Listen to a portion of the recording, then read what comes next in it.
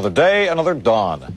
Today, after an intensive 2-year hunt, the feds finally caught up with the most wanted mobster in the United States, Anthony Gaspipe Casso. They found him in a secluded house in Mount Olive, New Jersey. Gaspipe was second in command in the Lucchese crime family. He earned his nickname by being pretty handy with a blowtorch, especially around bank safes full of money.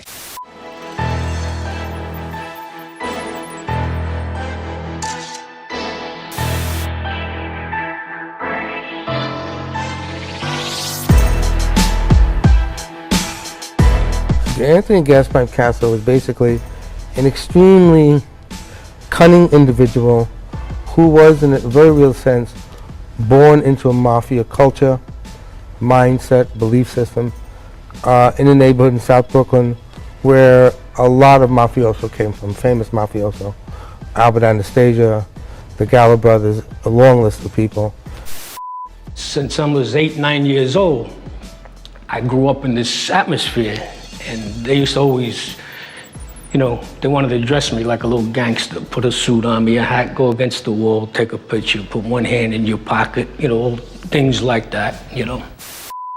For Anthony, being a member of the Mafia was like becoming, getting a seat in a stock exchange, becoming a doctor, getting a PhD. It was what people wanted, what people vied for, certain people. It was a quick way to become rich, garner respect, etc. So who was Anthony Casso? He was a particularly bright, very violent, psychopathic killer with a Machiavellian slant to how he viewed the goings-on in the Mafia. He was extremely successful. And Anthony lived next door to me and my family for 6 years. When he and his wife Lillian first moved in, they were just a new couple on the block. They became very good friends with my parents. They were Italian, the same age. They vacationed together. We knew he was connected, but in that neighborhood, half the men were connected, so it was no big deal. Went to school with their children. Paul Castellano's granddaughter, Kathy, was my schoolmate. Anthony, what was he like? He was quiet. He was a nice guy. There were a couple of instances where there were certain problems, and he straightened them out nicely, never asked for anything in return, and we liked him. And what made Anthony so amazingly successful was his cunning, his willingness to 1 minute be talking to somebody and the next minute to blow the head, put a bullet in their head. And also what he did unusually well was he made cops and FBI agents part and parcel of his operation.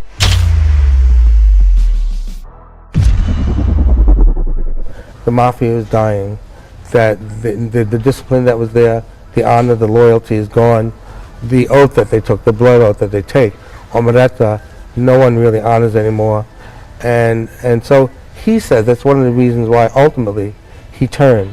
Ultimately, he walked away from a life that he was very, very dedicated to. I could see the handwriting on the wall. There was all the old timers were gone. There was nobody honorable left out there, and this was my time to depart. So let me try to get back. You know, the few years I got back left with my life, I wanted to try to hit the streets again.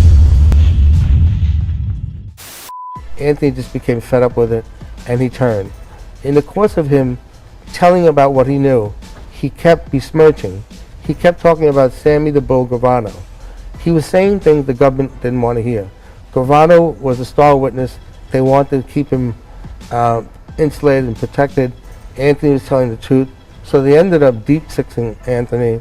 They didn't give him the deal they said they would give him, and he's now wasting away in ADX maximum prison. Anthony Gaspipe Casso was the second confessed underboss of a New York crime family to break his blood oath and turn informer after Gambino Underboss, Sammy The Bull Gravano. After Casso's decision to cooperate, he would enrage the U.S. government by revealing several previously unknown felonies that had been committed by Sammy the Bull. Casso claimed to have sold large amounts of narcotics to Gravano over 2 decades. The government was not interested and thought Casso was trying to discredit Gravano as a witness.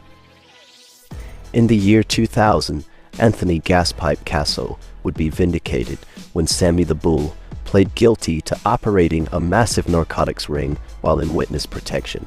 This, however, would not do Gaspipe any good, as he had already been kicked out of witness protection and was serving a life sentence.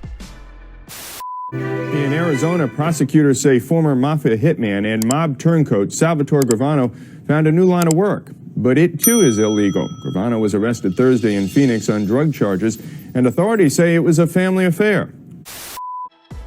Anthony Gaspipe Casso later stated, "I help them, and I get life without parole.